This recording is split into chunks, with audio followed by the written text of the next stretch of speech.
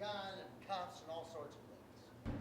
I'm playing Alex Donovan, and I'm a former Chicago police detective. My daughter was kidnapped 2 years ago when she was 8. So, and I mentioned my former partner from the Chicago PD starts to give me these cases, these John and Jane Doe cases to work on, because they don't have the manpower or the time to possibly solve all these cases. And there's 40,000 John and Jane Doe cases across the country.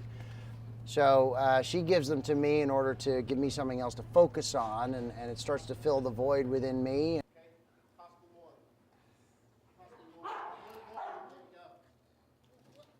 In this scene, we're following up a particular lead. We think we've found out who the John Doe is, but it's not always the case. You know, we don't always get it exactly right, and it turns out to be this particular man, Jack Carson, who runs this body shop with this really barking, loud, angry, vicious dog. So, you know, we wind up in some scary situations at times and some dangerous moments. This particular episode takes us into some darker territory.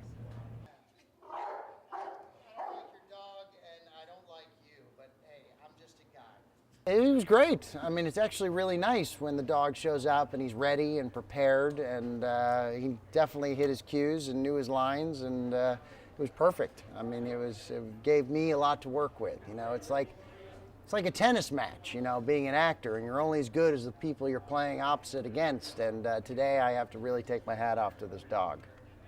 Now keep walking over, keep watching the dog, watching the dog, watching the dog, and back up. Well, initially the team of people involved, I mean, it's Jerry Bruckheimer. I have a great deal of respect for him. I think he's you know, obviously extraordinarily talented, and then I read the pilot, I identified with the character, and then I found myself getting emotionally involved with the whole idea of it, and learning about the fact that these organizations do exist.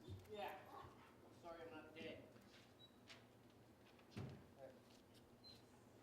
Of course, I mean, listen, you don't know. Every time it's a gamble. You know, you roll the dice, you take your chances, you work with the best possible people, you try and, you know, stack the deck, I guess, in as best way as you possibly can for as many people as possible to see it.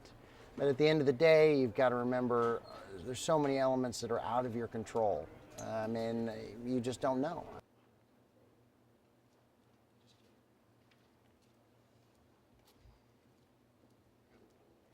Lindsay, we're looking for states with bells on the license